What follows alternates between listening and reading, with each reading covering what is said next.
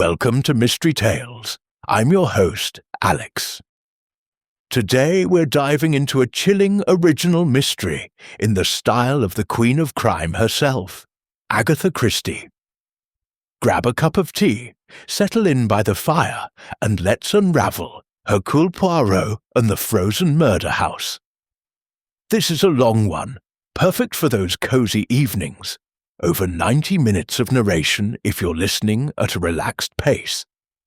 If you're new here, hit that subscribe button and turn on notifications for more classic whodunits. And tell me in the comments, where are you listening from? London, the countryside, or perhaps somewhere snowbound, like our story. Chapter 1. The Invitation to Harrington Manor. The winter of 1925 arrived in London like a silent assassin, slipping through the cracks of soot-streaked windows and icing the Thames until barges groaned under their own weight. Gas lamps hissed in the fog, their halos trembling as though afraid of the dark. It was a season when even the boldest Londoner kept a scarf pressed to his mouth and hurried home before the cold could steal the breath from his lungs. Hercule Poirot, however, was not hurrying. He sat in his impeccably ordered flat at 56B Whitehaven Mansions, legs crossed, patent leather shoes gleaming like twin black mirrors. A small coal fire glowed in the grate. On the mantel, his silver egg timer ticked with monastic precision. Before him lay a single envelope, thick cream stock, sealed in crimson wax with the crest of a stag, rampant beneath a crown of frost. The handwriting on the front was bold, almost impatient, the ink still faintly fragrant with sandalwood. Poirot turned the envelope once, twice, as though it might reveal its secrets through osmosis. Then, with the delicacy of a watchmaker, he slit it open. "My dear Monsieur Poirot, the snows have closed the roads to Harrington Manor, and I find myself in need of a man whose mind can cut through ice as cleanly as a scalpel. Come for the Yuletide week. Bring your famous order and method. I shall provide the chaos. The train from Victoria leaves at 11 sharp on the 18th. A carriage will meet you at Lewes. Yours in anticipation, Reginald Harrington. No salutation beyond the signature. No polite trivialities." Poirot's moustaches twitched, half amusement, half suspicion. Lord Harrington was a name known in the better clubs. Colonial fortunes, rubber plantations in Assam, a reputation for driving hard bargains and harder motor cars. Why summon a Belgian detective to a country house already buried in snow? Poirot laid the letter beside his morning cocoa and considered. Retirement had never suited him. The little grey cells demanded exercise the way lungs demand air. London, for all its bustle, had grown predictable. Pickpockets in Piccadilly, jealous husbands in Belgravia, the occasional anarchist with a bomb and a manifesto. A sealed estate, a blunt invitation, the promise of chaos. It was irresistible. He rang for George, his valet. "Pack for 1 week, mon ami, the heavy wool overcoat, the muffler of cashmere, the galoshes with the reinforced soles, and the green velvet smoking jacket. Yes, the one with the quilted lapels. One must maintain standards, even in a blizzard." George, a man whose face had all the expressiveness of a well-polished boot, merely inclined his head. "Very good, sir. Shall I include the revolver?" Poirot's eyes twinkled. "Let us hope the only shots fired are of brandy into crystal glasses, but pack it all the same." The train south was a beast of iron and steam, its wheels screaming against rails glazed with frost. Poirot occupied a first-class compartment alone, the other seats surrendered to luggage and a wicker hamper George had insisted upon, foie gras, a thermos of tisane, and a small jar of his special moustache pomade. Outside, the city dissolved into watercolour smears, brick bleeding into grey, chimneys into sky, until at last the Sussex Downs rose like the backs of sleeping leviathans, mantled in white. Lewes Station was a single platform under a cathedral of snow. A motor car waited, its chauffeur muffled to the eyes in scarves, the Harrington crest barely visible beneath a crust of ice on the door. The drive to the manor took 40 minutes and felt like 40 hours. The road was little more than a suggestion beneath drifts, the headlamps carving tunnels of gold through the endless dark. Poirot peered out, noting how the snow swallowed sound. No birds, no distant church bells, only the low growl of the engine and the occasional crack of a branch surrendering its burden of ice. At last the manor appeared. Harrington Manor was not merely large, it was formidable. 3 stories of pale stone, each window a glowing amber eye against the night. Icicles hung from the eaves like the teeth of some great beast, and the portico, supported by columns that might once have belonged to a Roman temple, was half buried beneath a drift sculpted by the wind into a frozen wave. A single lantern swung above the door, creaking on its chain, painting the snow now gold, now shadow, now gold again. The chauffeur opened the door with a bow that sent snow cascading from his cap. "Welcome to Harrington, sir. Mind the step. It's treacherous." Poirot descended, his galoshes crunching. The cold was immediate and intimate, slipping beneath his collar like a thief. He paused on the threshold, breathing in air so sharp it tasted of metal, and allowed himself one small, satisfied smile. Here, he thought, is a stage set for drama. The entrance hall was a cathedral of oak and candlelight. A fire roared in a hearth large enough to roast an ox.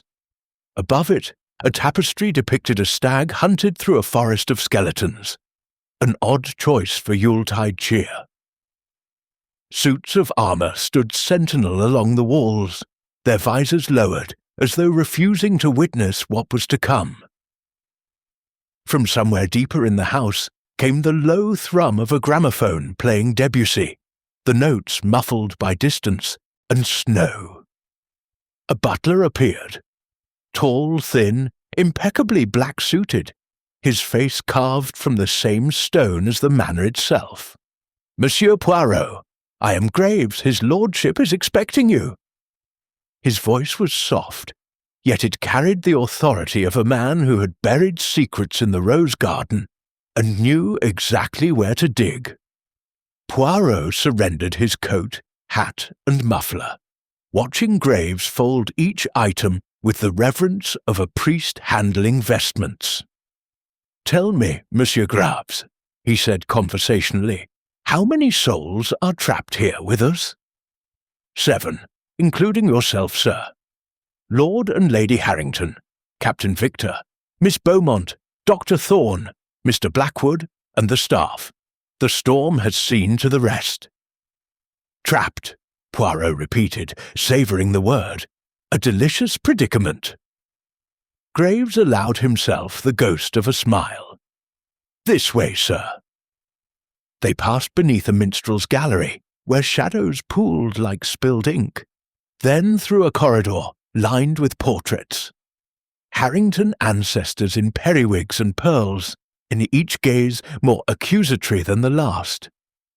The air smelled of beeswax, wood smoke, and something faintly metallic, as though blood had once been spilled and hastily scrubbed away. At last they reached the drawing-room.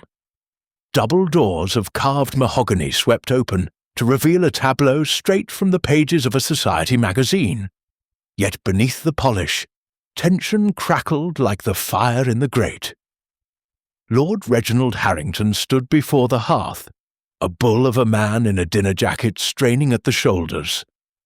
His face was florid, his hair iron-grey, and his eyes held the bright, restless gleam of a man who had never learned the meaning of enough. He held a crystal tumbler of whisky that caught the firelight and threw it back in shards of topaz. Monsieur Poirot! His voice boomed across the room, warm as brandy, sharp as cracked ice.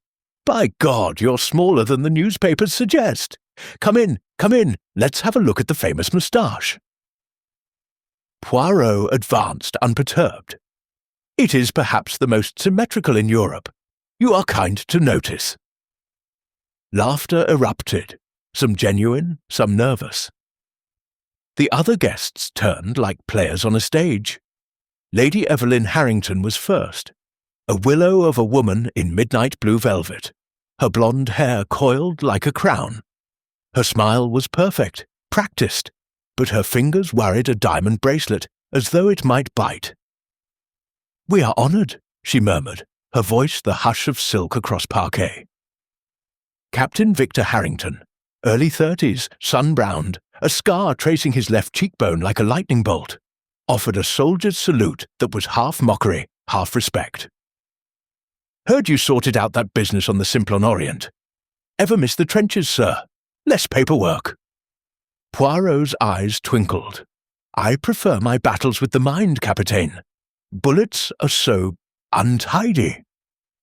Miss Clara Beaumont fluttered forward next, a vision in emerald taffeta, her laugh, bright as champagne. "Uncle Reggie says you can read a man's soul through his bootlaces. Is it true?" She extended a dainty footshod in silver kid. "Alas, mademoiselle, I confine myself to faces. Bootlaces are the province of chiropodists." Dr. Elias Thorne, lean and scholarly behind gold-rimmed spectacles, inclined his head. "A pleasure, monsieur. I've read your monograph on the psychology of the poisoner. Brilliant." Mr. Leonard Blackwood, the financier, merely grunted. He was a squat man with a boxer's nose and the restless energy of a terrier scenting a rat.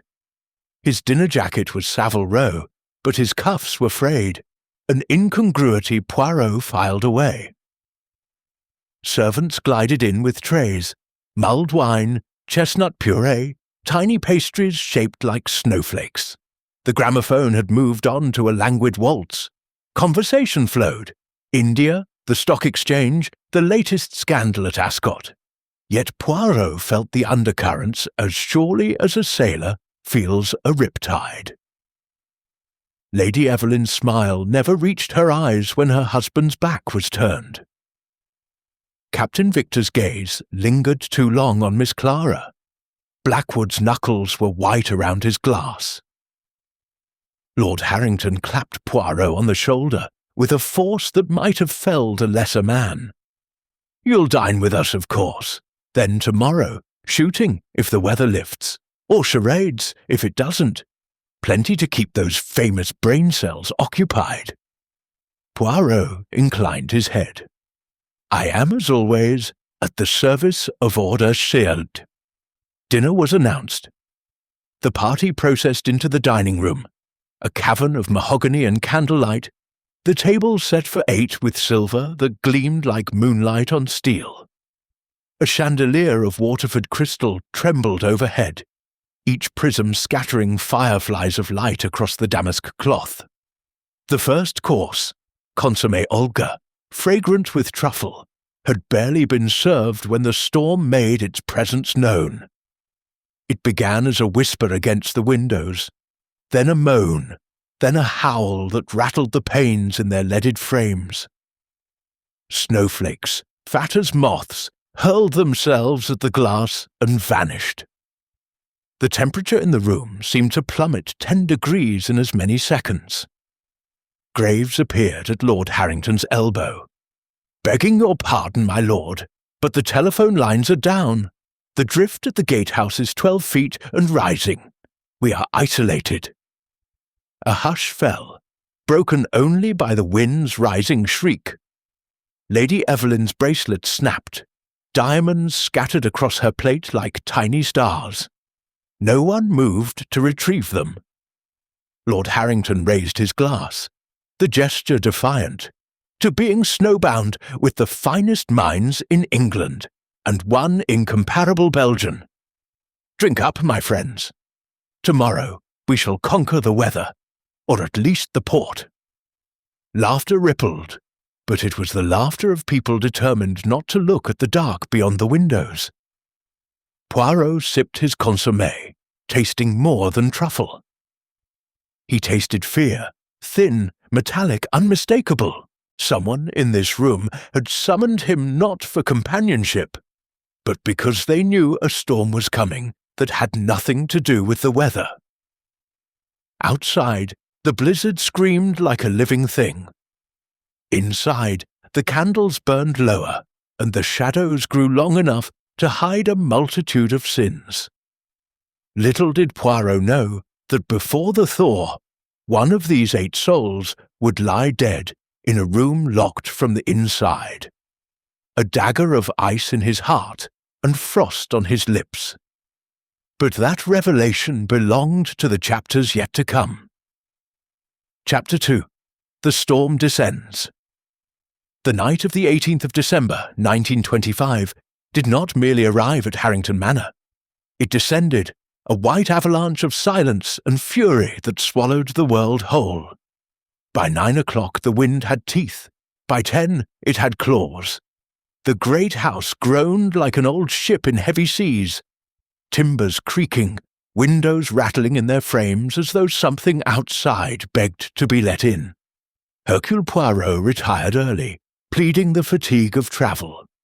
In truth, he wished to observe the house alone. His guest chamber lay at the end of the east corridor, second floor, overlooking the rose garden now buried beneath drifts. The room was lavish. A 4-poster bed swathed in burgundy damask, a fireplace already laid with applewood, a writing desk of polished walnut. Graves had left a hot water bottle between the sheets and a decanter of Armagnac on the nightstand. Poirot approved of the butler's priorities. He did not undress at once. Instead, he stood at the window, hands clasped behind his back, watching the snow erase the landscape. The moon, when it appeared, was a thin blade behind racing clouds. Its light turned the drifts into a desert of silver dunes. Somewhere below, a door slammed. Footsteps, quick, agitated, echoed along the corridor, then faded. Poirot's moustaches stirred. Already the nerves fray, he thought. Bon. He arranged his toiletries with military precision, the pomade, the tiny scissors, the tincture of arnica for the joints. Only then did he permit himself the luxury of the bed. Sleep came in fragments, punctuated by the storm's artillery and the house's uneasy breathing. At 2:30, he woke with the clarity of a man who has never truly slept. A sound, not the wind, not the creaking boards, had pierced his dreams. A single muffled thud, as though something heavy had fallen in a distant room. He lay still, counting heartbeats. 30 seconds, 60, nothing more. Yet the little grey cells refused to settle. Poirot rose, slipped on his dressing gown of quilted silk, and opened his door a crack. The corridor was a tunnel of darkness lit only by a sconce at the far end, its flame guttering in the draught. Cold air flowed along the runner like a river. He listened. Somewhere, water dripped, steady, methodical, plink, plink, plink. A clock chimed 3 somewhere downstairs, the notes thin and mournful. Then silence, thick as felt. Poirot closed the door and returned to bed. Book falling from a shelf, he told himself. A servant banking the fires. But the explanation tasted false, and he did not sleep again. Dawn arrived reluctantly, a pewter smear behind the curtains. The storm had not abated. If anything, it had grown petulant, hurling snow against the panes in fistfuls. Poirot dressed with his usual care, charcoal suit, waistcoat of dove grey, tie-pin of onyx, and descended to breakfast. The dining room was subdued. Only 4 places were set. The others, Graves explained, had taken trays in their rooms. Lady Evelyn presided over the chafing dishes, her face pale beneath expertly applied powder. Captain Victor nursed black coffee and a scowl. Dr. Thorne buttered toast with the absent precision of a surgeon. Miss Clara was absent. Mr. Blackwood had not appeared. "His lordship?" Poirot inquired, accepting a plate of kippers. "Working," Lady Evelyn said too quickly. "He often locks himself in the study after dinner. Estate papers, investments, tiresome things. He'll join us when he's ready." Poirot noted the tremor in her voice, the way her eyes flicked to the clock above the mantel. It was 9:20. By 10, concern had thickened into something sharper. Graves knocked at the study door, once, twice, a third time with the heel of his hand. No answer. Captain Victor tried the handle. Locked. The key was not in the lock on the outside. "Father keeps a spare in the library," Victor said, already moving. He returned with a brass key, but it refused to turn. "Bolted from the inside," he muttered. "Damn it! Open up!" Lady Evelyn's hand flew to her throat. "Reginald!" Silence. Victor set his shoulder to the door. The first impact produced a dull thud, the second a splintering crack. On the third, the bolt gave way and the door swung inward on shrieking hinges. The study was a tableau of frozen violence. Lord Harrington sat slumped forward over his desk, head resting on folded arms as though merely napping. A silver letter opener protruded from his back at a precise angle between the shoulder blades. Blood had soaked through his dinner jacket in a dark, symmetrical bloom. The room was cold, unnaturally so. Frost feathered the inside of the windows. The fire in the grate was dead, ashes white and brittle. A single candle had burned to a stub, its wax pooled like a tear. Poirot stepped inside, his breath pluming in the air. The others crowded behind him, a chorus of gasps and whispered oaths. "Mon Dieu," he murmured, "a locked room, a bolted door, and a corpse colder than the grave." Dr. Thorne pushed forward, spectacles flashing. He touched the dead man's neck, then the wrist. "Dead several hours. Rigour is advanced, yet the room." He gestured at the frost. "This is unnatural." Lady Evelyn swayed. Miss Clara, appearing as if conjured, caught her aunt before she fell. Victor's face was stone, but his fists trembled at his sides. Poirot's gaze swept the scene, with clinical speed. The desk, papers scattered, an inkwell overturned, a half-written letter beneath the dead man's hand. The windows latched from within, no disturbance in the snow on the sill outside. The door, bolt thrown, key on the carpet 3 feet away, as though dropped in haste. No footprints in the thick dust of the hearth, no weapon save the letter opener. He knelt, examining the key.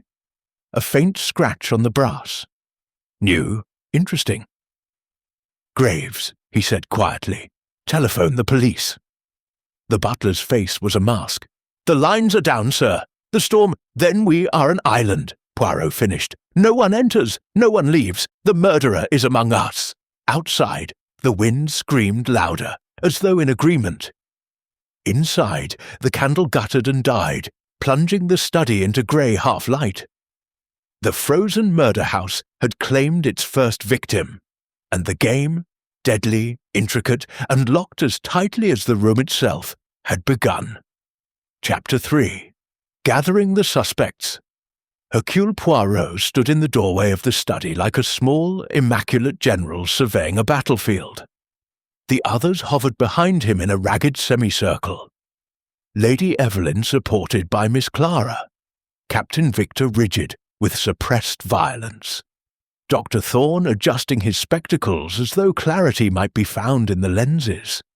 Mr. Blackwood had appeared at last, collar askew, eyes bloodshot. Graves closed the broken door as best he could, the splintered wood gaping like a wound. "First," Poirot said, voice soft yet carrying to the farthest corner, "we preserve the scene. No one touches anything. Second, we establish the impossible. The door was bolted from within. The windows were latched. The chimney is too narrow for a cat. Yet Lord Harrington is dead. Therefore, he paused, letting the silence stretch until it snapped. The murderer is still among us. A collective shiver rippled through the group, unrelated to the cold seeping from the study. Poirot turned to Graves. The household! Assemble them in the drawing-room in 10 minutes. Everyone. Cook, maids, boot boy. No exceptions. Graves inclined his head and vanished down the corridor, footsteps muffled by the runner. Poirot addressed the others. You will wait in the morning room. Dr. Thorne, you will accompany me. The rest, do not speak to one another. I will hear your stories separately. Captain Victor opened his mouth to protest, but something in Poirot's gaze, green, unblinking, lethal, silenced him. They filed away like chastened schoolchildren. The morning room smelled of damp wool and fear. A single lamp burned. The storm had murdered the daylight. Poirot took the wing chair by the fire, notebook balanced on his knee. Dr. Thorne stood opposite, hands clasped behind his back. Time of death? Poirot asked without preamble. Thorne cleared his throat. Rigour is well advanced, jaw, neck, arms, lividity fixed. I'd estimate between midnight and 2 a.m., but the she would get cold? He gestured toward the study. The room is below freezing. That accelerates rigour, confuses the timeline. Without proper instruments, I cannot be precise. Poirot nodded. The wound? Single thrust, upward angle, severing the aorta. Death in minutes. The letter opener is silver, clean entry, minimal tearing. Whoever struck knew anatomy. Or luck, Poirot murmured. Now, where were you between midnight and 2? Thorne did not flinch. My room. Reading. I suffer insomnia. The storm kept me awake. I heard nothing until the door was broken. Poirot made a note. You are the family physician. Any enemies his lordship kept? Thorne hesitated. Reginald was forceful. Debts, rivals, a dismissed secretary last Michaelmas, but murder? He shook his head. Poirot dismissed him with a flick of the wrist. The drawing-room had been transformed into a court of inquiry. Chairs formed a loose circle around the hearth. The fire spat and hissed, throwing grotesque shadows onto the tapestries. Graves had herded the staff to one side. Mrs. Langley, the cook, red-eyed, Polly, the housemaid, twisting her apron, young Tom, the boot boy, awestruck. The family and guests occupied the centre like defendants. Poirot entered last, closing the doors with a soft click that sounded final. Mesdames et messieurs, he began, we play a game with stakes of life and death. I will ask questions. You will answer truthfully, or I will know. Commençons. He started with Lady Evelyn. She sat very straight, hands folded, but her knuckles were white. Reginald and I quarrelled yesterday, she admitted, voice steady only by effort. He wished to sell the London house. I refused. It is my childhood home. But I was in my room all night. Clara can vouch for me. She brought me a hot brick at 1 o'clock. Miss Clara nodded vigorously. Auntie couldn't sleep. I heard her pacing. Captain Victor was next. He leaned forward, elbows on knees, scar livid in the firelight. Father and I argued over money. I owe White's Club 3,000 guineas. He threatened to cut me off. I was in the billiard room until 12:30. Blackwood saw me, then bed. Blackwood gave a curt nod. True, we played snooker. He left at 12:30. I went to the library, reading contracts until 2, maybe later. Dr. Thorne repeated his insomnia alibi. Graves spoke last, voice flat. I banked the fires at 11, locked the doors, retired. My room is above the kitchen. I heard nothing. Poirot's gaze swept the staff. Mrs. Langley burst into tears. His lordship docked our wages last quarter. Said the price of coal, she choked off. Polly whispered, He sacked my cousin for breaking a vase. Tom shuffled. I was asleep, sir. Honest. Poirot closed his notebook. Boom. Now we examine the study, together. He crouched, peering up the chimney. Narrow, soot-caked, impossible. He tested the bolt, sturdy oak, recently oiled. The door frame showed fresh gouges where Victor had forced it. Observe, Poirot said, pointing to the carpet. A faint crescent of melted snow led from the desk to the door, already refreezing. Someone stood here in wet boots after the room grew cold. Captain Victor frowned. The windows were shut. Precisely. Dr. Thorne bent to examine the corpse again. There's bruising on the wrists. Post-mortem. Someone moved the body after death. Poirot's eyes gleamed. The tableau is arranged. Why? Outside, the storm howled louder, as though mocking their efforts. Snow piled against the windows until the glass bowed inward. The temperature dropped another degree. Breath hung in the air like ghosts. Poirot straightened. We have 6 suspects with motive, opportunity clouded by the storm, and a crime that defies physics. But physics, like truth, bends only so far. He turned to the group, voice soft as falling snow, yet sharp as the letter opener. One of you knows how this was done. The rest will help me discover it, or share the guilt of silence. The fire in the hall had burned low. Shadows lengthened. Somewhere in the house, a clock struck 11 slow, deliberate notes. Chapter 4. Shadows in the Snow.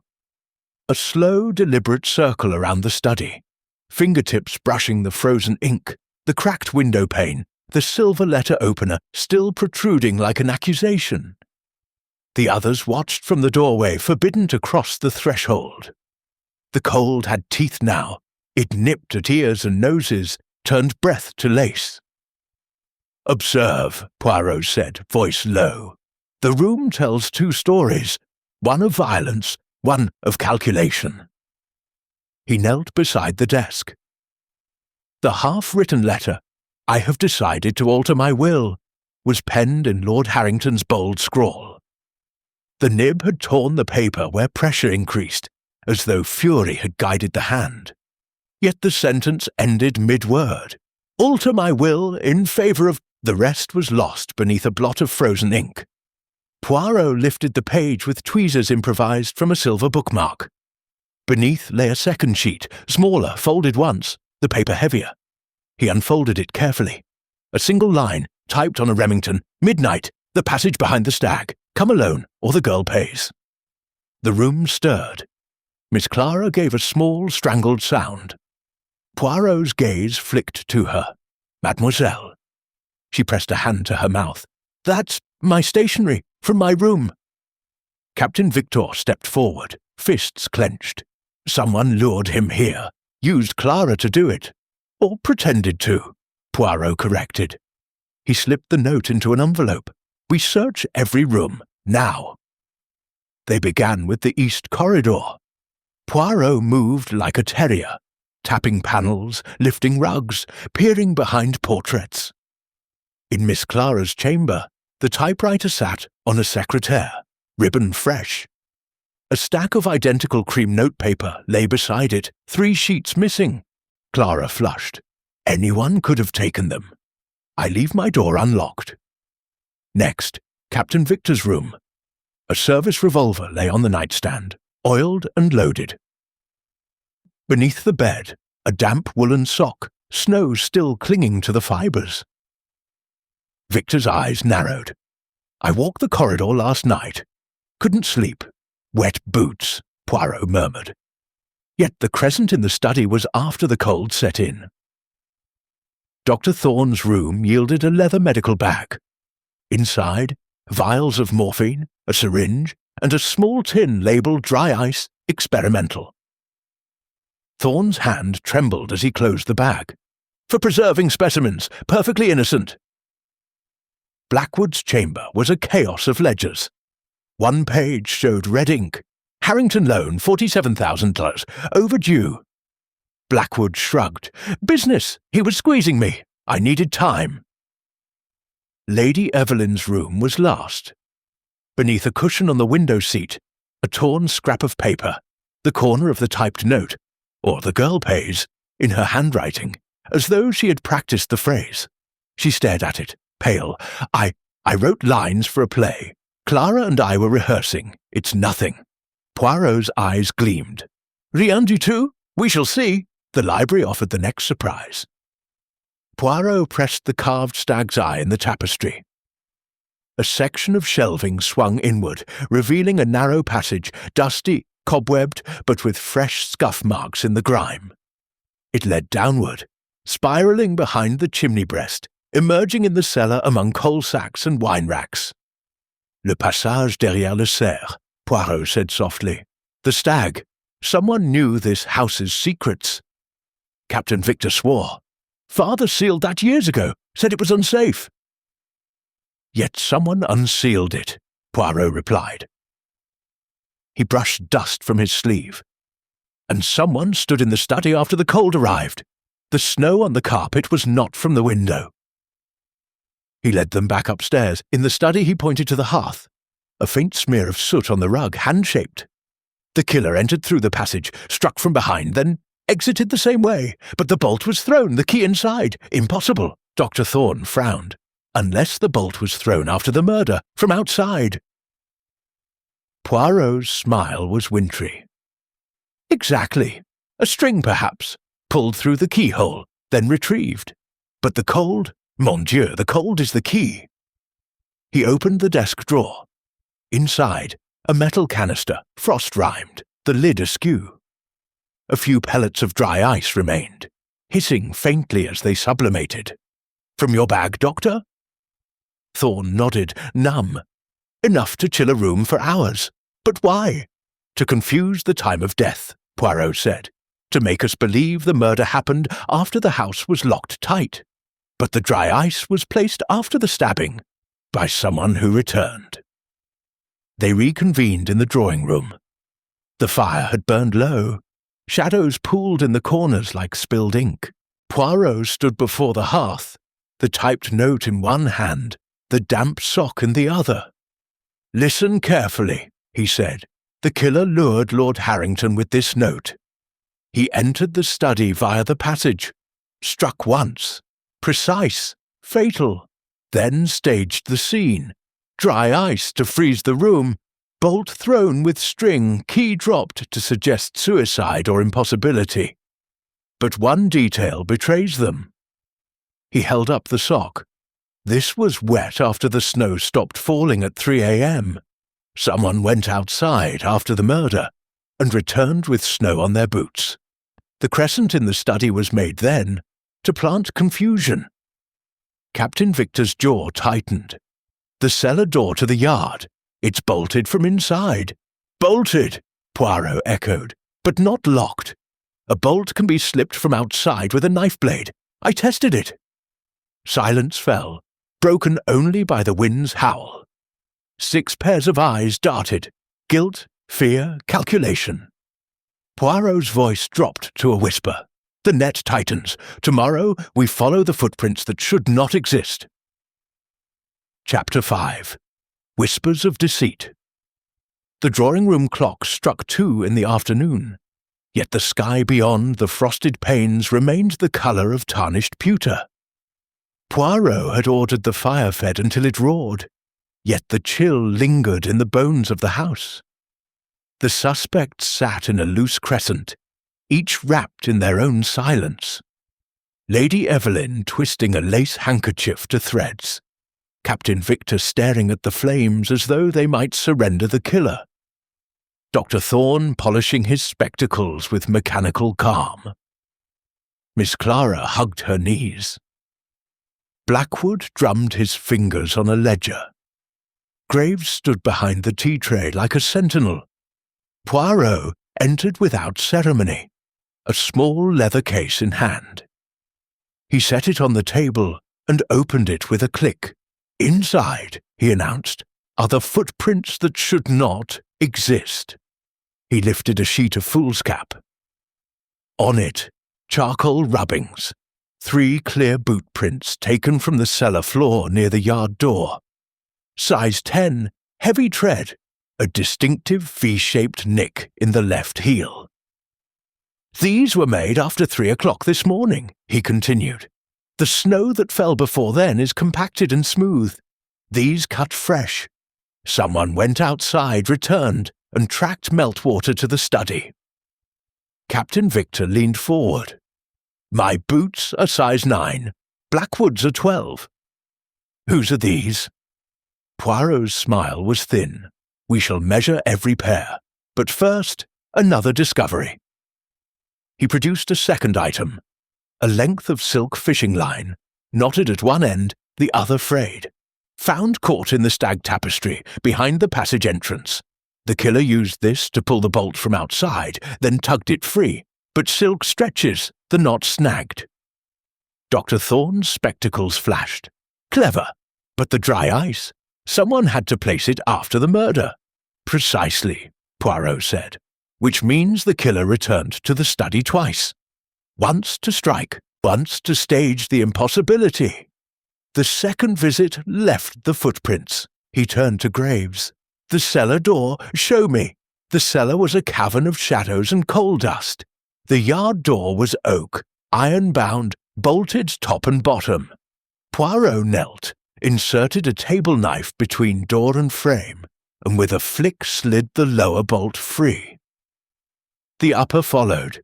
From outside, he said, a simple matter. A child could do it. Captain Victor swore under his breath. Father kept a spare key in the gun-room. Anyone could have... A scream cut him short. High, feminine, coming from upstairs. They ran. Miss Clara stood in the first-floor corridor, pointing at Lady Evelyn's door. It stood ajar. Inside, the room was chaos. Drawers yanked open, clothes strewn, the window smashed outward in a star of fractured glass. Snow drifted in, already dusting the carpet. Lady Evelyn lay on the chaise unconscious, a bruise blooming on her temple. A single red rose, impossible in December, rested on her breast. Dr. Thorne knelt, checked her pulse. Concussed, she'll live. Poirot's gaze swept the room. On the dressing table, a note in the same typed hand. Silence is golden. Next time, the rose is for the girl. Clara whimpered. They think I know something. Poirot's eyes narrowed. Or they wish us to believe so. Back in the drawing room, tension crackled like static. Poirot laid the new note beside the first. 2 lures, he said, 1 to bring Lord Harrington to his death, 1 to silence Lady Evelyn. The typewriter is the link. He produced a third sheet, taken from Clara's room. The A and E keys were slightly misaligned, matching the notes exactly. Clara's voice trembled. I told you, anyone could have used it. Poirot nodded. But only one person typed both messages, and only one person knew the passage existed. He turned to Blackwood. You played snooker with Captain Victor until 12:30. Yet the ledger in your room shows entries timed at 1:15. Explain. Blackwood flushed. I returned to the library, couldn't sleep. Alone? A hesitation. Yes. Poirot's gaze shifted to Victor. And you, your damp sock. You claim you walked the corridor. Yet the snow on it is clean, not trodden with corridor dust. You went outside. Victor's scar whitened. I needed air. The storm... After 3 a.m., Poirot finished, when the footprints were made. Dr. Thorne cleared his throat. The dry ice, my tin held enough for 1 application. Whoever used it knew its properties. Poirot opened his case again. Inside, the metal canister from the study, now empty, and a second, smaller tin, also labelled dry ice experimental, taken from Thorne's bag. It was half full. 2 tins, Poirot said softly. 1 to chill the room, 1, perhaps for another purpose. He produced a final item, a single red rose petal, frost-rimed, found on the cellar stairs. "From the conservatory," Graves supplied. "Locked since October. The key is on my ring." Poirot dangled the key ring, one key missing. The conservatory was a jungle of dead leaves and shattered glass. The door had been forced.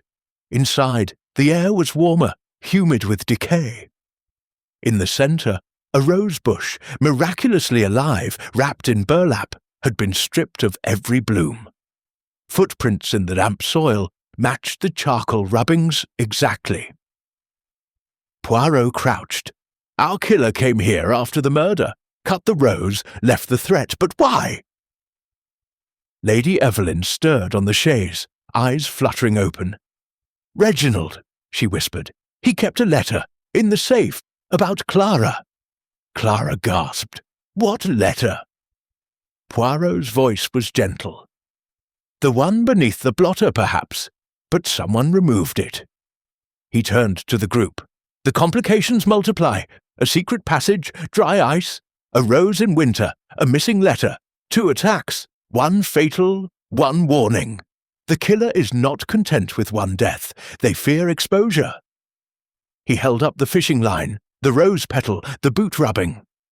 "These are not clues," he said. "They are signatures. The murderer is vain. They want us to admire the impossibility. But vanity is a crack in the mask." Outside, the wind dropped to a moan. Snow slid from the eaves in heavy thuds. Poirot's eyes swept the room.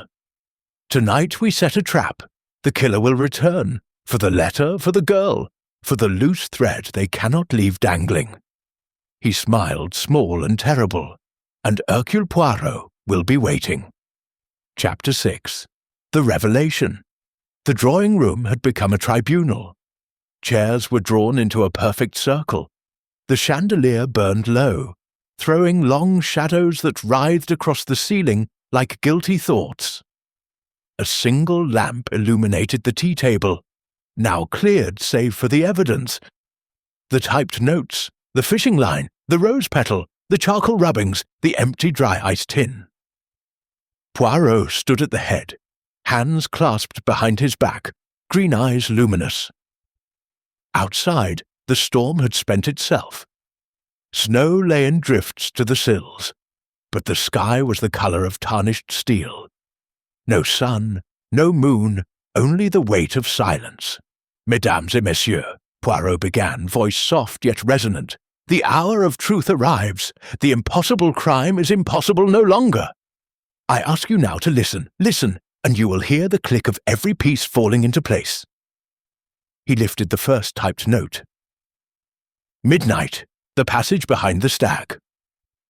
A lure, yes. But for whom?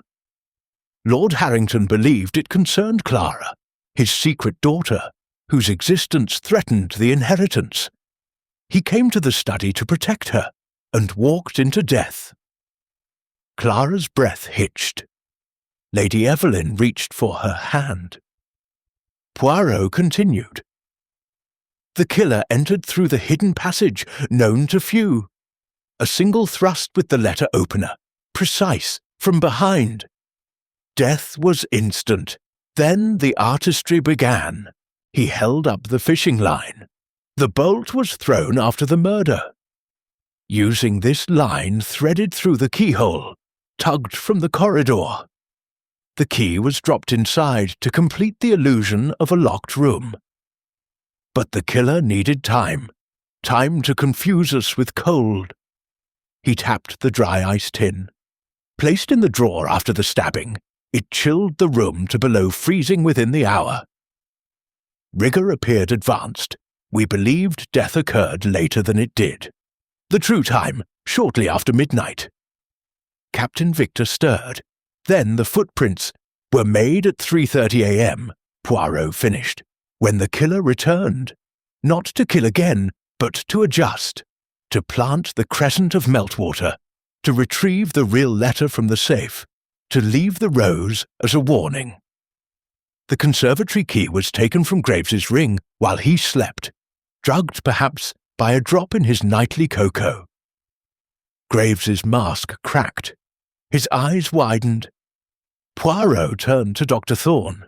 "You supplied the dry ice. You knew its properties. You treated Lord Harrington for a weak heart. Yet the wound was to the back, not the chest. Convenient." Thorne opened his mouth, closed it. Poirot's gaze swept on. "Mr. Blackwood, your ledger shows desperation. Captain Victor, your debts and your damp sock. Miss Clara, your typewriter. Lady Evelyn, your practised phrase on the scrap. All of you had motive. All of you lied." He paused, letting the silence stretch until it hummed. "But only one of you left 3 sets of footprints." He laid the charcoal rubbings side by side. The first 2 were identical. Size 10, V-nick in the heel. The third, taken from the conservatory soil, showed the same tread, but the nick was deeper, as though the boot had twisted on a stone. "Observe," Poirot said. "The killer wore 2 pairs of boots. The first pair, size 10 borrowed, to make the 3:30 tracks. The second, his own, to cut the rows. He changed in the cellar, hid the borrowed pair behind the coal sacks. But he forgot the nick deepens with pressure." He produced a 4th rubbing, from a boot now resting on the table. "Size 10, V-nick, Captain Victor's dress boots, retrieved from his room." Victor surged to his feet. "Those were stolen, I told you." "Stolen?" Poirot echoed. "By whom? The boot boy?" "No, you took them yourself, to frame another. You knew the passage, you served in the war, learned silent killing. You owed thousands. Your father's new will would disinherit you entirely in favour of Clara." Victor's scar flared crimson. "You can't prove—" "I can," Poirot said. He lifted the missing conservatory key, found in Victor's overcoat pocket, wrapped in the damp sock. "You went outside at 3:30, cut the rows, left the threat. You struck your stepmother to silence her. She had seen you in the corridor at midnight, returning from the study." Lady Evelyn touched her bruise. I thought it was a dream." Poirot's voice softened. "The dry ice was a flourish. Borrowed from Dr. Thorne's bag while he slept off laudanum, you slipped into his brandy. The typed notes, composed on Clara's machine, but the misalignment matches the pressure of a left-handed typist. You, Capitaine, are left-handed." He turned to the room. "The rest, red herrings. Blackwood's debts were real, but he paid them yesterday. Telegram delayed by the storm. Thorne's experiments were unethical, but not murderous. Clara's parentage was the motive, not the method." Victor lunged for the door.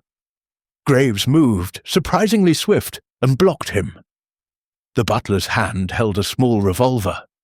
"Sit, sir," Graves said quietly. "It's over." Victor sagged, defiance bleeding out. He was going to ruin us all. Clara would have taken everything. Poirot shook his head. "You took a life to save a fortune. The little grey cells do not forgive." He gathered the evidence, neat as always. "The police will come with the Thor. Until then, Captain Victor Harrington, you are under my guard." The fire popped, sending up a shower of sparks. Outside, the first pale blade of sunlight pierced the clouds, thin, cold, merciless. Chapter 7. Justice Served. Captain Victor Harrington sat in the same wing chair his father had favoured, wrists bound with Poirot's silk cravat. Soft, unbreakable, a final irony. The evidence lay on the tea-table like a dissected corpse. The fishing line, the dry ice tin, the typed notes, the rose petal, the charcoal rubbings, the conservatory key wrapped in the damp sock. Graves stood behind the prisoner, revolver steady in his liver-spotted hand. The other suspects formed a silent jury. Lady Evelyn, pale but composed, Miss Clara clutching her aunt's arm, Dr. Thorne staring at the carpet as though it might open and swallow him, Blackwood nursing a fresh tumbler of whiskey. Outside, the thaw had begun. Snow slid from the eaves in heavy wet thuds. Water dripped from icicles in a steady mournful rhythm. Sunlight, thin winter pale, filtered through the windows for the first time in 3 days, laying bars of gold across the Persian rug. Poirot stood before the hearth, hands clasped, voice calm as a judge's gavel. "Captain Victor Harrington, you have confessed with your silence. The details are complete. But for the sake of order, and for those who will read the official report, I will recite the sequence once more." He lifted the first typed note. "Midnight, Tuesday. You composed this on Miss Clara's typewriter, using your left hand to exaggerate the misalignment. You left it in your father's dressing room, knowing his protective instinct would draw him to the study." Victor's jaw worked, but no sound emerged. Poirot continued. "You waited in the hidden passage, learned during childhood games, reopened with a chisel from the garden shed. When Lord Harrington entered, you struck from behind. One thrust, military precision. Death was instantaneous." He held up the fishing line. "You exited the same way, threaded this through the keyhole, and drew the bolt from the corridor. The key you dropped inside through the gap beneath the door, hence the scratch on the brass. Then you returned to your room, changed into your own boots, and waited." Lady Evelyn made a small, wounded sound. Poirot's gaze softened for a moment, then hardened. "At 3:30 a.m., you slipped downstairs. You drugged Graves's cocoa with laudanum from Dr. Thorne's bag, taken earlier while the doctor slept off his own dose in the brandy you shared. You borrowed Graves's size 10 boots from the scullery, went outside via the cellar door, and cut the rose from the conservatory. You left the threat on Lady Evelyn's chaise, struck her to ensure silence, and returned the boots. But you forgot the nick in the heel deepens with weight." He laid the charcoal rubbings side by side. "These are your footprints, Capitaine. The damp sock, your own, wrapped the key to muffle sound. The dry ice, stolen in 2 stages, froze the room to confuse rigour. The letter in the safe, naming Clara heir, you burned in the kitchen range at dawn. The scraps in the grate matched the stationery." Victor laughed, short, bitter. "Clever little Belgian. You'll hang me for a fortune I never touched." Poirot's moustaches bristled. "You hanged yourself the moment you chose murder over honesty. Your father's new will was not yet signed. The old one leaves Clara a modest trust. You remain heir to the bulk. You killed for a lie you invented." Silence fell, heavier than the snow. Dr. Thorne spoke first, voice cracked. "The laudanum, I thought I'd mislaid it." Blackwood set down his glass. "The loan, Reginald forgave it yesterday. Telegram came just before the lines went down. I never told you." Clara's eyes filled. "You murdered Uncle for nothing?" Victor's head dropped. "He was going to send me to the colonies. Said I was a disgrace. I panicked." Poirot turned to Graves. "The revolver. Return it to the gunroom. The captain will not run. The snow is his prison." Graves hesitated, then obeyed. Victor remained seated, a man already buried. The local constable arrived at 4 o'clock, ploughing through the slush on a sturdy mare. Poirot met him at the door, evidence bundled in oilskin. Statements were taken, the study sealed. Victor led away in handcuffs forged from the manor's own curtain rings. The captain did not resist. His scar, once a badge of honour, now looked like a brand. Lady Evelyn watched from the window as the sleigh disappeared down the drive. "He was my stepson," she whispered. "I should have seen." Poirot laid a gentle hand on her shoulder. "We see only what we are prepared to see, madame. The little grey cells reveal the rest." Chapter 8. Echoes of betrayal. Dawn broke over Harrington Manor like a cautious guest. pale, watery light slipping through the mullioned windows, gilding the slush on the drive. The great house looked smaller in daylight, its stone softened by meltwater, icicles weeping in steady tears. Inside, the air smelled of wet wool, coal smoke, and the faint metallic tang of blood that no scrubbing could fully erase. Hercule Poirot had not slept. He stood in the study, hands clasped behind his back, surveying the room one final time. The letter opener was gone, bagged for evidence, the dry ice tin, the fishing line, the charcoal rubbings, all packed in oilskin. Yet the space still thrummed with violence. The desk chair remained askew. The frozen ink on the blotter had thawed into a black tear. Poirot's little grey cells lingered on the details, cataloguing, filing, refusing to release the puzzle even now. Graves appeared in the doorway, bearing a silver tray. Coffee, croissants, a single red rose in a bud vase. "Breakfast, sir." The staff thought, well, after yesterday. Poirot accepted the tray with a nod. "You are kind, Monsieur Graves. And the household?" "Lady Evelyn is with Miss Clara in the morning room. Dr. Thorne is packing. Mr. Blackwood left at first light. Said he had debts to settle in London." Graves hesitated. "Captain Victor. The constable took him to Lewes jail. He asked to see you." Poirot's moustaches twitched. "Did he now? Then I shall oblige." The gun room had been converted into a temporary cell. Victor sat on a camp bed, wrists shackled to an iron ring once used for game. His uniform jacket was gone. He wore a borrowed sweater, the scar on his cheek livid against pallor. When Poirot entered, the captain looked up, eyes red-rimmed, but defiance still flickering. "You came to gloat, little man." Poirot pulled up a stool. "I came to understand. Murder is never simple, Capitaine. Tell me, when did the idea take root?" Victor laughed, a sound like breaking ice. "Root? It was a weed, monsieur. Father summoned me home from Cairo, said I was squandering the family name. Then Clara arrived, all wide eyes and bastard claims. He rewrote the will in a fury, cut me to ribbons. I saw the draft on his desk the night before the storm." Poirot nodded. "And the rose?" "Mother's favourite. She died when I was 10. I thought, a poetic touch. Make him fear for Clara, draw him out." Victor's voice cracked.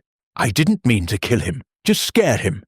But he turned, saw the opener in my hand, and laughed, said I hadn't the guts. So I proved him wrong. Silence stretched, broken only by the drip of melting snow outside. Poirot leaned forward. "You proved nothing but your own ruin. The will was unsigned. Clara inherits a trust. You remain heir to the estate." Victor's head snapped up. "You're lying. Ask Lady Evelyn. The solicitor's telegram arrived yesterday, delayed but clear. Your father forgave Blackwood's loan, restored your allowance. He was proud of you, in his way. The colonies were a threat, not a sentence." Victor stared at the floor, shoulders shaking. When he spoke, his voice was a child's. "Then I killed him for nothing." Poirot rose. "For pride, Capitaine, the most expensive currency of all." In the morning room, Lady Evelyn and Clara sat by the window, watching the thaw. A robin perched on the sill, shaking snow from its wings. Clara's eyes were swollen, but her chin was steady. "He was my brother," she whispered. "Half anyway. I never wanted the money." Lady Evelyn squeezed her hand. "Reginald was a hard man, but he loved fiercely. He rewrote the will to protect you. From creditors, from scandal. Victor misunderstood." Poirot entered hat in hand. "Madam, the captain has confessed fully. The trial will be swift. Justice is served, but mercy, that is yours to give." Lady Evelyn stood, regal even in grief. "I will visit him in Lewes, not to forgive, yet, but to remember the boy who carried me on his shoulders through these gardens." Clara managed a tremulous smile. "And I'll plant roses in the conservatory, real ones, for both of them." Dr. Thorne found Poirot in the library, packing the last of his notes. The doctor's bag was slung over his shoulder, his face haggard. "I've resigned from the Harrington practice," he said. "The dry ice, I should have locked it away." Poirot waved a dismissive hand. "You are not the villain, Doctor, merely the unwitting quartermaster." Thorne hesitated. "There's something else. In the cellar, behind the coal sacks, I found this." He held out a small leather-bound journal. "Victor's, from Egypt." Poirot took it. The pages were filled with cramped handwriting, debts, regrets, a pressed desert flower. The final entry dated the day before the murder. "Father thinks me weak. Tonight I prove him wrong. The passage, the opener, the cold. God forgive me." Poirot closed the journal gently. Proof, if more were needed, but also a cry for help no one heard. At noon the Lewis constable returned with a Black Maria. Victor was led out, head high, the shackles clinking like funeral bells. The household watched from the steps. Graves impassive, Mrs. Langley weeping into her apron, Polly the housemaid clutching Tom's hand. As the van disappeared down the slushy drive, a single red rose petal fluttered from Victor's pocket, caught the wind, and vanished into the melting snow. Poirot turned to Lady Evelyn. "The manor is yours now, and Miss Clara's. Will you stay?" She looked at the house, its scars, its secrets, its stubborn beauty. "Yes, we'll open the windows, air the rooms, plant new roses. Some betrayals can be pruned away." That evening, Poirot dined alone in the great hall. The table was set for one. Consommé sur meunière, a glass of sauterne. Graves served with solemn grace. As the meal ended, Poirot raised his glass to the empty chair opposite. "To absent friends," he murmured, "and to the echoes that teach us to listen." Outside, the thaw quickened. Water rushed in the gutters. The stag tapestry stirred in a draught from an open window. Somewhere in the distance, a church bell tolled, clear, mournful, free of snow. The frozen murder house had begun to heal. Chapter 9. The thaw begins. 3 weeks after the Black Maria carried Victor Harrington away, the postman's cart rattled up the freshly gravelled drive of Harrington Manor. The wheels no longer sank. The ruts had been filled, the hedges clipped, the stag crest on the gate repainted in gold that caught the March sun. A new sign, smaller, tasteful, read simply, "Harrington Home for Convalescent Children." Poirot had returned for the opening, invited by a letter in Lady Evelyn's elegant hand. He stepped down from the train at Lewis with the same valise, the same patent leather shoes now dusted with Sussex chalk. George carried an extra parcel wrapped in brown paper, Poirot's private contribution. Graves met him at the gate, no longer in black butler's livery, but in a neat tweed suit, a red rosebud in his lapel. "Welcome back, sir. Things have changed." Poirot's eyes twinked. "Change is the only proof that time has not frozen, mon ami." The great hall had been transformed. The suits of armour were gone. Sunlight poured through windows now free of ivy. Children's laughter echoed where once accusations had flown. Small beds lined the former dining room, each with a quilt stitched by village women. A chalkboard stood where the chandelier once hung, covered in sums and drawings of aeroplanes. The air smelled of beeswax, toast, and innocence. Lady Evelyn greeted him in the doorway, dressed in soft grey, hair pinned with a single pearl.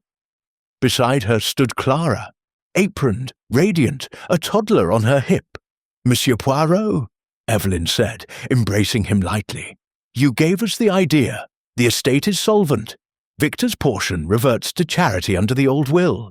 We begin with 20 children from the London hospitals. More will come." Clara shifted the child. "We kept the conservatory, roses for remembrance and for cutting. The children love them." Poirot inclined his head. "Order restored and purpose found. I am content." They walked the grounds. The rose garden, once a wilderness of dead canes, now burst with hybrid teas, their buds tight promises of crimson and gold. A wooden bench had been placed beneath the stag tapestry window, a brass plaque reading, "In memory of Reginald and Victor Harrington. May their mistakes teach kindness."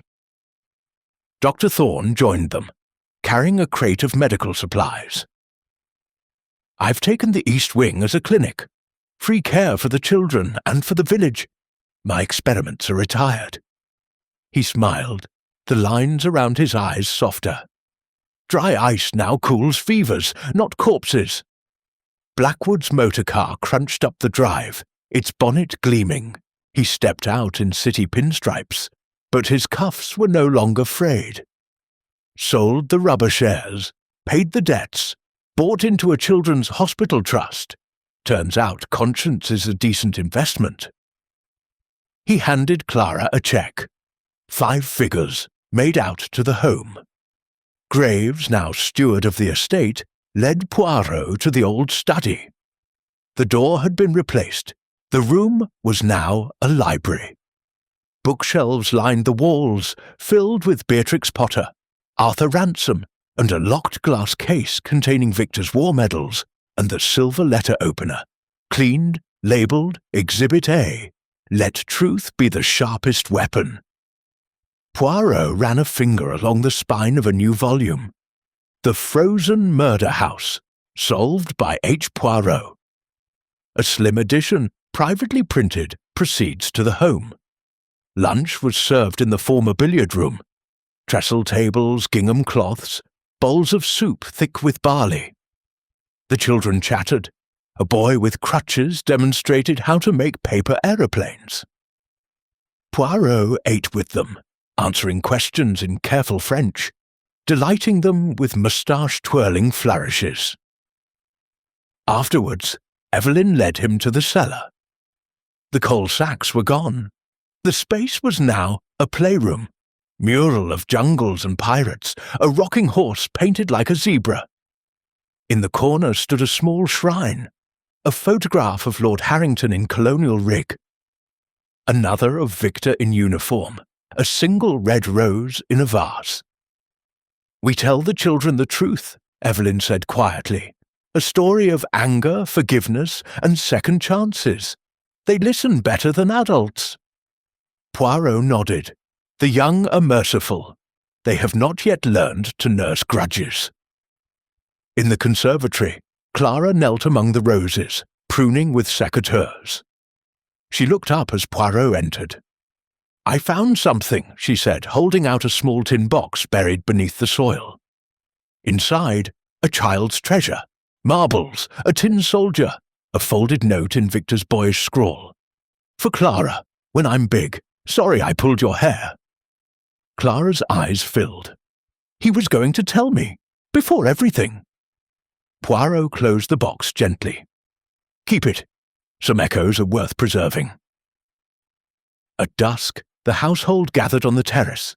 The children sang around, early one morning, voices high and sweet. Lanterns glowed along the drive. The stag crest caught the last light. Poirot raised a glass of elderflower cordial. "To Harrington Manor," he said, "once frozen by fear, now thawed by hope. To the children who will never know the weight of its secrets, and to the woman who turned a house of murder into a home of healing."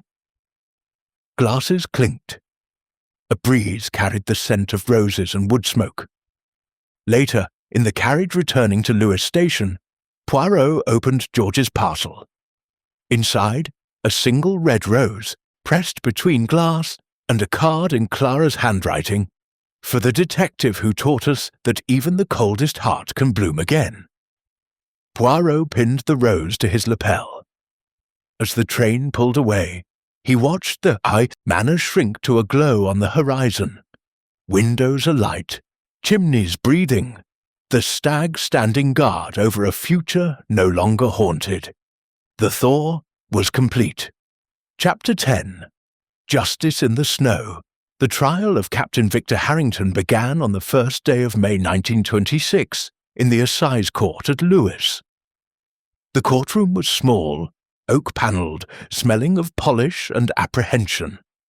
Sunlight slanted through high windows, laying bars of gold across the dock where Victor stood, uniform gone, suit pressed, scar pale against prison pallor. He did not look at the gallery, where Lady Evelyn and Clara sat in quiet grey, hands clasped. Hercule Poirot gave evidence from the witness box, voice precise, moustaches immaculate. He laid out the sequence with the clarity of a watchmaker. The lure at midnight, the passage behind the stag, the fishing line, the dry ice, the rose, the footprints that damned. The jury, 12 Sussex farmers and shopkeepers, listened in silence, only the scratch of the clerk's pen breaking the hush.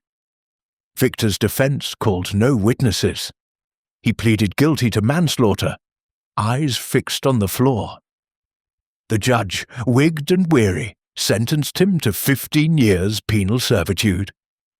A tragedy born of pride and panic, he said. Let it be a lesson. As the gavel fell, Victor looked up at last. His gaze found Evelyn's. She nodded, once, small, forgiving. Clara pressed a red rose to her lips and set it on the rail. Victor's shoulders shook, but he did not weep. Summer came early to Harrington Manor. The home for convalescent children now housed 30 souls, pale Londoners gaining colour in the Sussex air. The rose garden bloomed riotous. The conservatory glass sparkled. A new plaque above the door read, "Founded in memory of Reginald Harrington, redeemed by his son's remorse." Poirot returned one final time, invited for the midsummer fete. The drive was lined with bunting. Children in paper hats darted between lemonade stalls. Graves, now Mr. Graves, steward and friend, met him with a firm handshake and a glass of elderflower pressé. "You kept the stag tapestry," Poirot observed, noting it rehanged in the entrance hall. The hidden panels sealed with a brass plate. Truth lies behind. "Children love secrets," Graves said. "We teach them the safe kind." Lady Evelyn greeted him on the terrace, parasol twirling. "Victor writes from Dartmoor. He carves toys for the home. Wooden horses, painted bright. The governor says he's a model prisoner." Clara ran up, cheeks flushed, a crown of daisies in her hair. "Look!" She led Poirot to the old study, now the library, where a mural covered one wall. A stylized stag in a snowstorm. Children dancing around it, roses at their feet. Beneath, in gold script, "From darkness, light." Dr. Thorne emerged from the clinic wing, sleeves rolled, stethoscope gleaming. "Measles outbreak in the village, contained. Your monograph on hygiene saved 3 lives." He grinned. "Dry ice now. Keeps vaccines cold." Blackwood arrived in a Rolls, checkbook in hand. Endowment doubled. Turns out guilt is profitable when channeled correctly. The foot unfolded like a village idyll. Children raced with spoons and eggs. A brass band played Sousa on the lawn. Poirot judged the rose competition. First prize to a freckled girl, with a bloom the colour of sunrise. He pinned a rosette with ceremony, delighting her squeals. At dusk, the household gathered in the great hall. Tables groaned with Victoria sponge, scones, strawberry jam. Graves rang a bell. Silence fell. Lady Evelyn stood. A year ago, this house was frozen, by snow, by fear, by blood. Today, it breathes. We owe that to the children, to each other, and to the man who thawed the truth. She turned to Poirot. "Monsieur, the Holmes Patron Medal, struck in silver, engraved with a stag and a rose, for Hercule Poirot, who taught us that justice can be merciful and mercy just. The medal hung from a ribbon of Harrington tartan. Poirot accepted it with a bow, eyes suspiciously bright. "I am honoured, but the true medal is this." He gestured at the children, now singing Land of Hope and Glory, in reedy unison. Later, under a sky streaked with rose and gold, Poirot walked the grounds alone. The rose garden was quiet, bees hummed in the lavender. He paused at the bench beneath the study window, where the plaque gleamed. A single red petal lay on the seat, fresh, deliberate. Clara appeared, barefoot in the grass. "Victor sent it, with his latest letter. He says the moor is cold, but the roses here keep him warm." Poirot tucked the petal into his breast pocket, beside the pressed rose from months before. Some echoes are worth carrying. At the station, George loaded the valise. The train whistle sounded, low, mournful, final. Poirot boarded, medal in his waistcoat, rose in his pocket. As the carriage pulled away, he watched Harrington Manor shrink. Windows aglow, children waving from the terrace, the stag standing sentinel over a future scrubbed clean. He opened his notebook, one last entry in neat copperplate. The train gathered speed, Sussex rolled past, green, golden, alive. Poirot closed the book, tweaked his moustaches, and allowed himself a small, satisfied smile. The little grey cells rested,